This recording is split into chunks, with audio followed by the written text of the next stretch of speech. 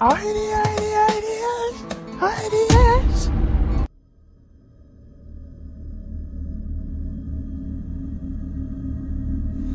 Hello, greetings, and welcome back to our YouTube channel Ideas.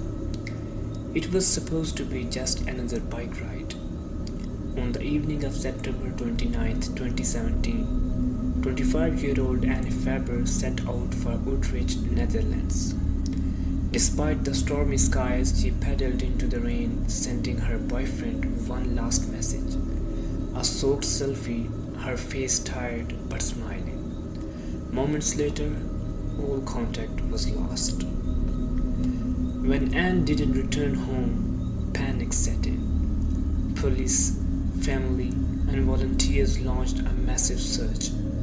Days passed and pieces of her belongings were discovered. First her jacket, then her bicycle, and later her backpack. But Anne herself was nowhere to be found. The country held its breath.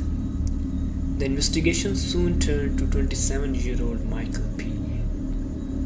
Wanna know what happened next? Subscribe for the next part.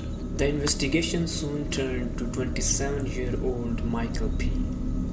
Already known to authorities for violent crimes, his DNA was found on Anne's belongings. But what shocked the nation was his past.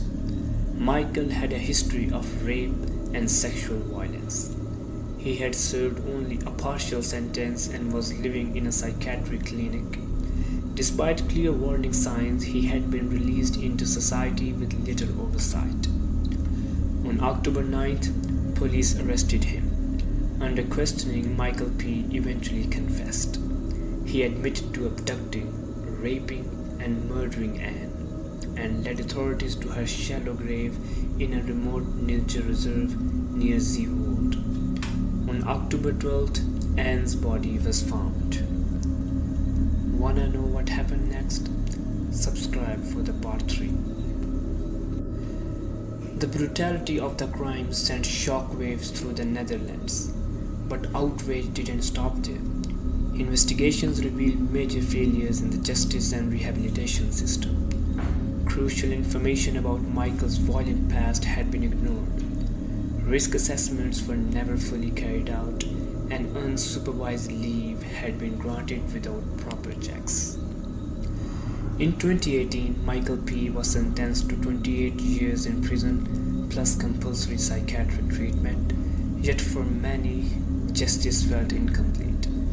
Anne's family and thousands across the nation believed her death was not only the result of one man's violence, but the collapse of a system meant to protect.